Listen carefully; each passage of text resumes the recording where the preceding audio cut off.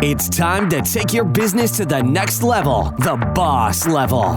These are the premier business owner strategies and successes being utilized by the industry's top talent today. Rock your business like a boss, a VO boss. Now let's welcome your host, Ann Ganguza.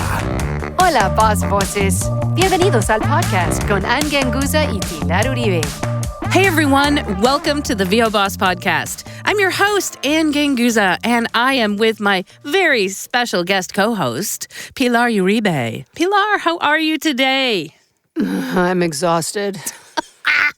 You know what? I am too, and I have a question for you in regards to that. Why? Yes. Why, Pilar? Why am I exhausted?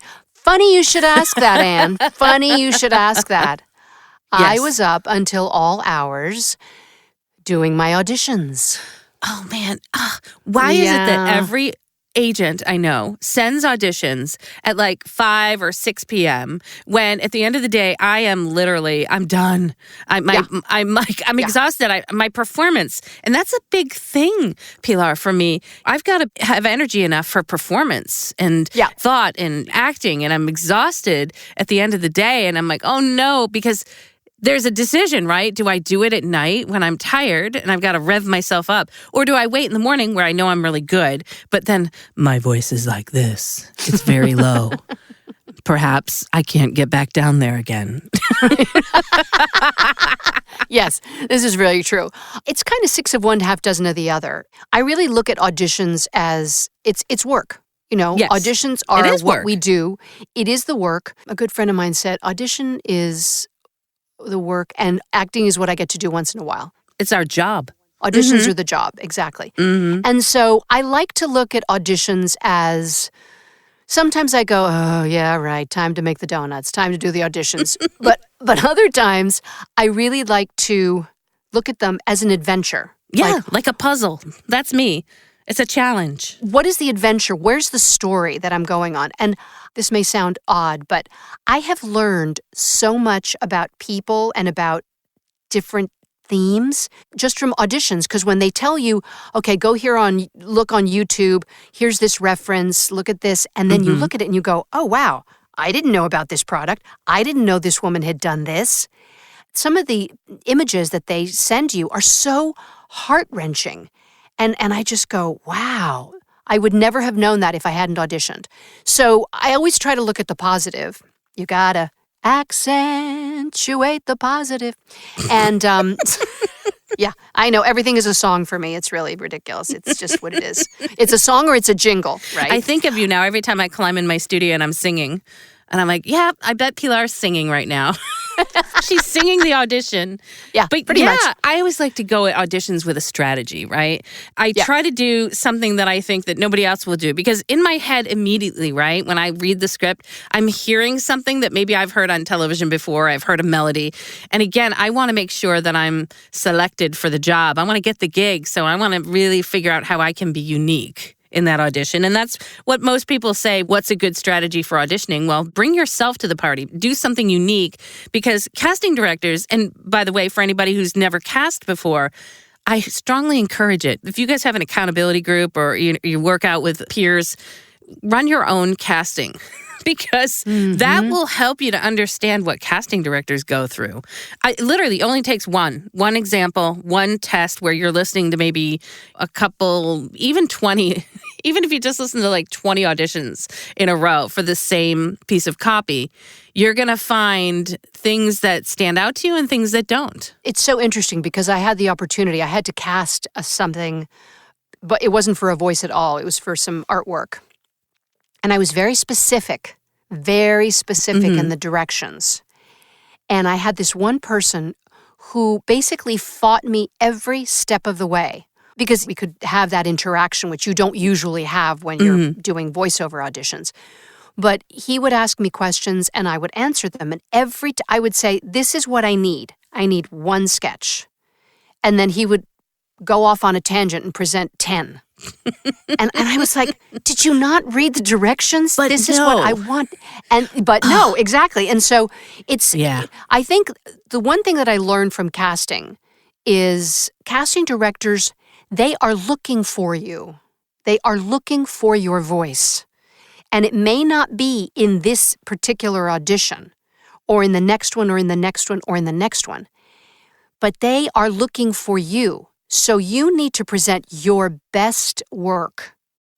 And think of that. And impress them. And impress them, not by trying to please them, because that's another big trap that people fall into, that I've fallen into so many times. What a good point. It's not about what do they want. It's like when they say we're looking for a Scarlett Johansson or Sigourney Weaver type, which I get all the time. Yep. They're not looking for Scarlett Johansson. They're not looking for Sigourney. It's for an essence. Right. So watch their movies, listen to them. You don't need to ape them. You don't need to try to copy them exactly. But listen for their attitude.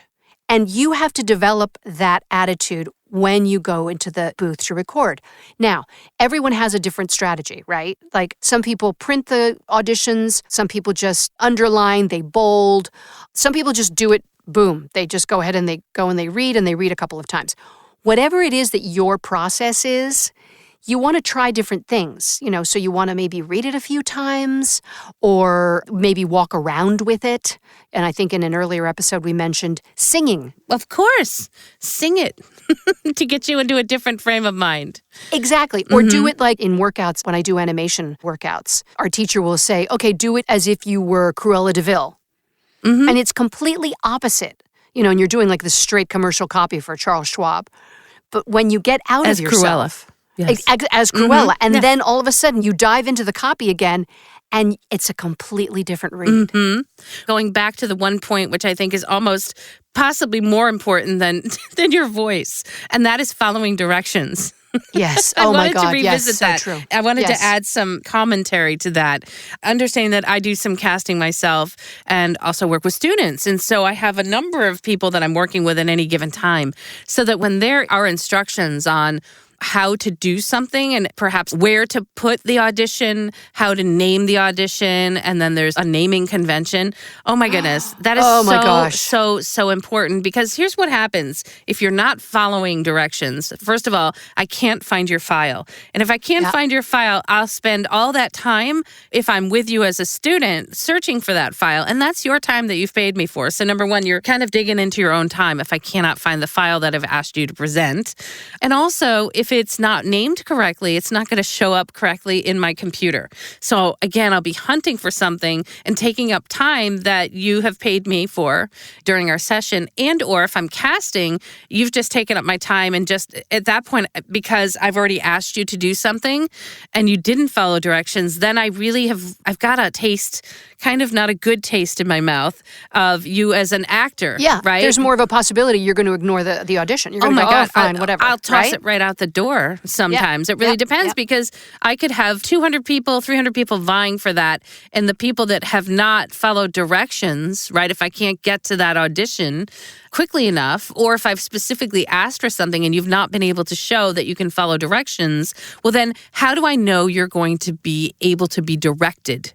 And that is, I want to say, one of the biggest things. I think when we're auditioning for agents and we're doing the job of auditioning, we're imagining what it sounds like, and we're trying to please, like you were mentioning before, we're trying to please the director. This is what it should sound like. But in reality, we have to showcase so much more than that. We have to showcase our acting ability, because what you hear in the commercial when it finally runs may not be what you auditioned with. And trust me, I think more casting directors are looking for the actor and not the sound that's in your head that you're mimicking. So they want to see that you can act, and whether or not they direct you to that same audition in the final spot, if you get it, that's neither here nor there, really.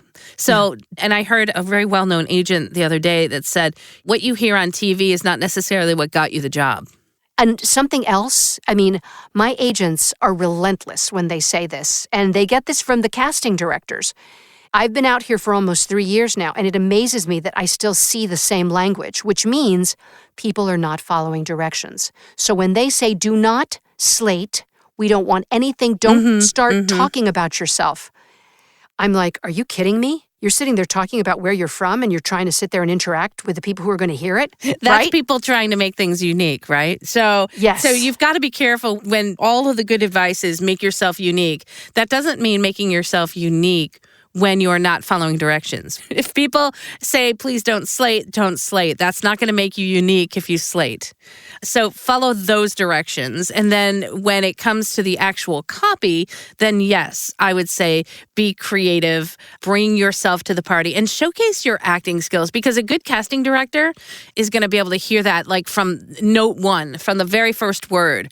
They're going to be able to tell if you're a great actor. And that is something that is attractive, because when it comes time to actually laying down the spot, I mean, if you're lucky, they'll use your audition. But if they decide they want to lay down the spot later on and live direct you, they know that that's going to be a thing that they can do with you. They can direct you. You can be directable. So that is super important. And follow all of those instructions. And you know what? Don't follow the instructions, because that way I'll have a better chance, right? That's the way I think. You know what? Fine. You don't want to follow directions. Cool. Then my audition gets listened to and yours doesn't. So. And here's something that's really interesting. Exactly. That I learned actually recently. When they say be creative, again, you label, you slate or you don't slate.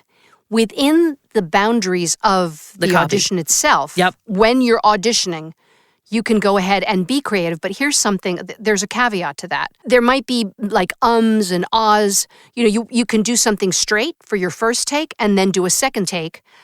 And you want to be careful that one is different from the other, because you don't want to send them almost the exact same take, because then they're like, well, what's the difference? So if you have something that you think you can offer to them that is going to make them slow down and go, oh, okay, she can do this now, or he can do this, great. If you don't, just give them one take.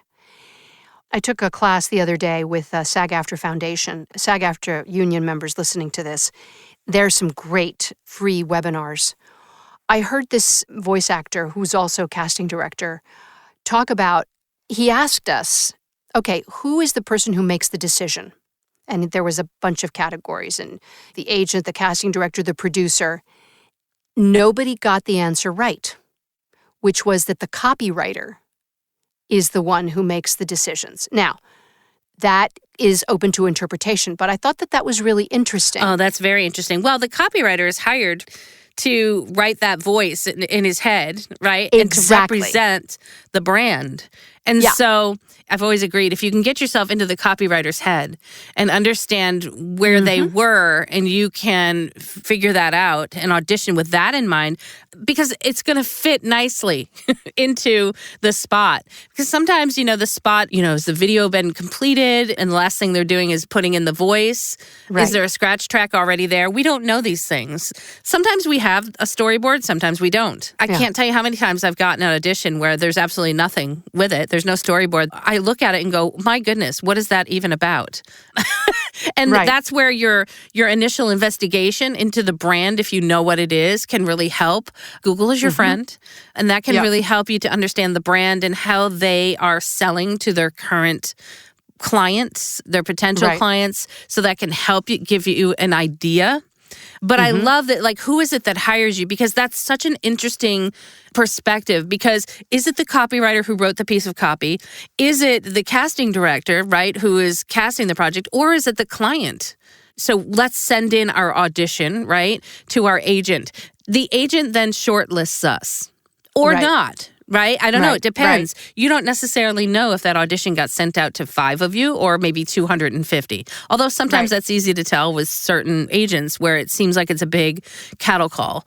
But sometimes your agent, and I'm sure depending on the agent, if they know you very well, they're going to send it out to just a few people that they know would be great. So they've already, in a way, cast, right, your agent. Right.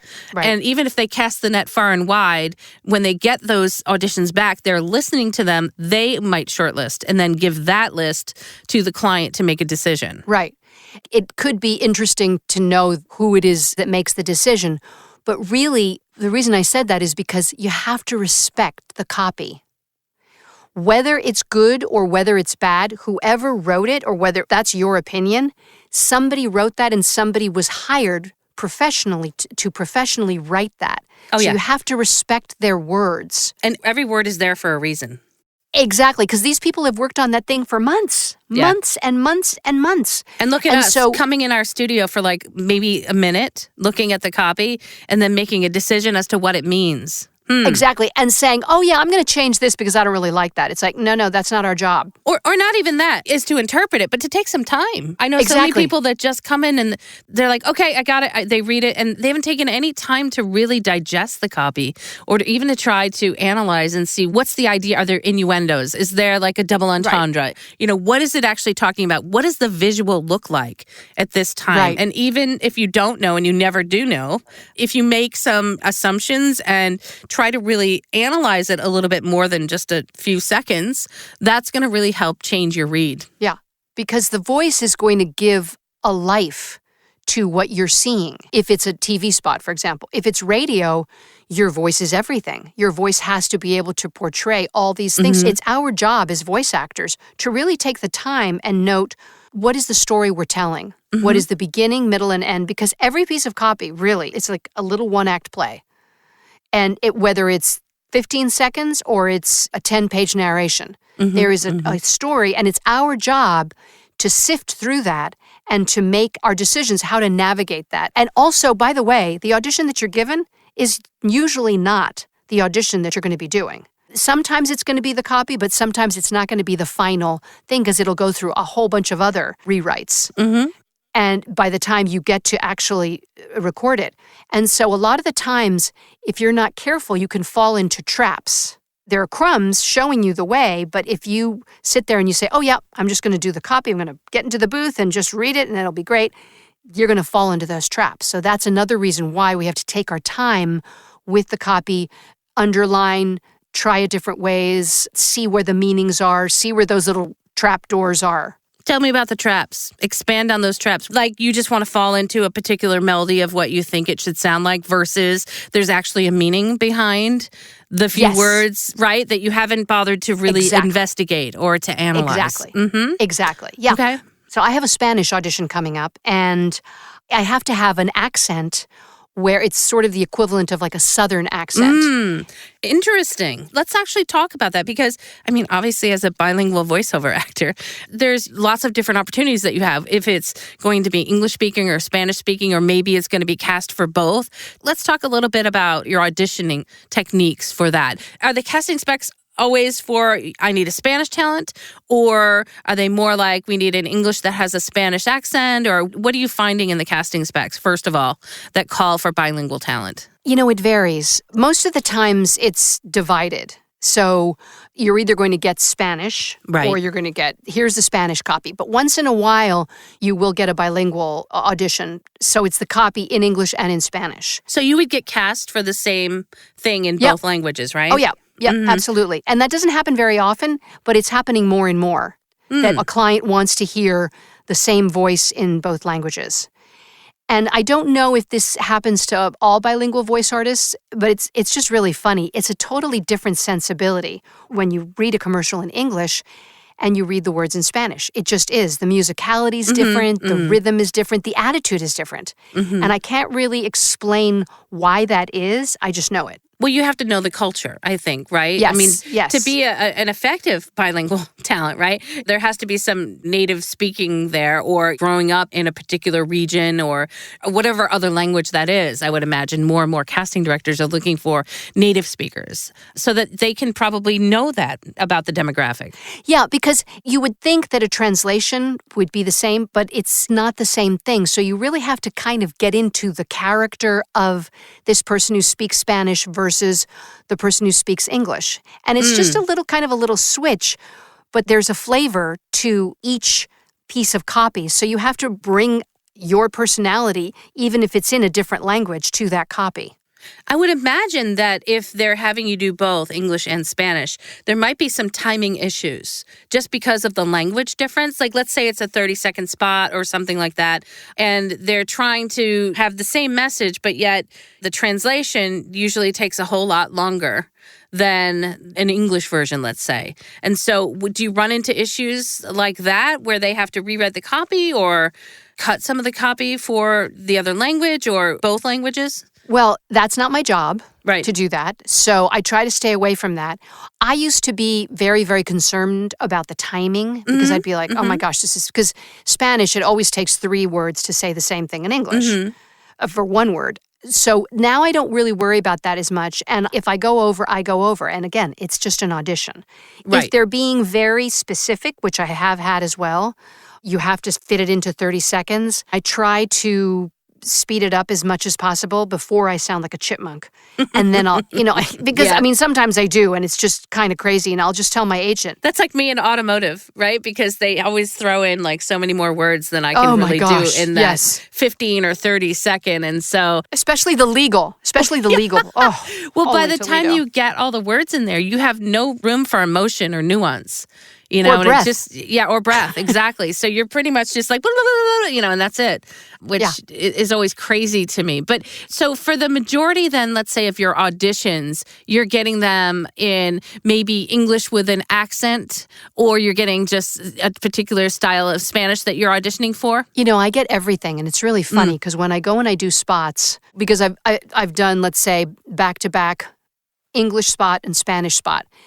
And so then we'll be recording, we'll do the English spot, we'll do the Spanish spot, and then they'll come back and they'll say, can you do the English spot with a little bit of an accent? And I'm like, really? And I'm like, okay, great, sure. You want that? It kind of depends. So if they ask for it, I do give them a little bit of an accent because, my mother has an accent. Pretty much all my relatives have accents, so I can just go to that little voice bank for that. So are you slating in an accent or in Spanish? Only when the entire copy is in Spanish do I slate as Pilar Uribe instead of Pilar Uribe. When it's obviously something that they want some Spanish for, like I do a lot of work for spots that speak English, but they have sprinklings of words. So they need somebody who knows how to say those words in Spanish. So I'll always slate in my just, Pilar Uribe. But for a Spanish-speaking audition where only Spanish is spoken, I do say my name in Spanish because I know that the person listening is, if they're not a native speaker, they speak it fluently. So they're going to understand what I'm saying. Because if I say Pilar Uribe, most of the people are going to go, huh? Right. Actually, when I used to work in radio at NPR in Miami, they would say, no, we want you to speak. We want you to say your name the way you say it. And I was like, oh, okay, that's kind of a switch. Because I always say, if I try to say Pilar Uribe, people still don't get it. So I always just say Pilar Uribe, and I get Mylar. People call me, or Laura, and it's not a common word, Pilar. But for auditions, you can get away with saying your name. And in fact, when you slate, something that I like to do is I like to smile a little bit and do a slight shrug of my shoulders. So I go, so one way, for example, I'll say my name one way. Pilar Uribe. 2, Pilar Uribe. Pilar Uribe. So I just smiled a little bit and I shrugged my shoulders. And that completely changes the attitude. Yep, sure does. Especially when you're doing a serious commercial copy or narration or a video game. It just kind of it shows them a little split-second personality. A little bit of your personality. Yep, exactly. And I think that's important. It's the first words that they hear. So, yeah. Those are great tips, Pilar. Wow. We could probably go on about auditioning for like a whole nother episode. We could. Yeah, we could. Great tips. Thanks so much. Fantastic, bosses. So next time you audition, make sure you give it a little bit of time before you rush in there and start voicing everything. Do some research. Give a shrug. Have a little bit of a smile on your slate. Make sure you follow those directions. Bosses, I'd like to give a great big shout out to a brand new sponsor, 100 Voices Who Care. This is a chance to use your voice to make an immediate difference and give back to the communities that give to you. You can find out more by visiting 100voiceswhocare.org. Ooh, I'm going to check that out. 100voiceswhocare.org. Yep. Cool. So this is a great way to make a difference without having to make a huge commitment. So you guys check it out. Make sure to check that out. Also, big shout out to sponsor IPDTL. You too can connect and network like a boss. Find out more at IPDTL.com. You guys have an amazing week. Go forth and do all the wonderful auditions, and we'll see you next week. Thanks so much. Bye. Hasta la vista, bosses. Join us next week for another edition of VO Boss with your host, Ann Ganguza. And take your business to the next level. Sign up for our mailing list at voboss.com and receive exclusive content, industry revolutionizing tips and strategies, and new ways to rock your business like a boss. Redistribution with permission, coast-to-coast connectivity via IPDTL.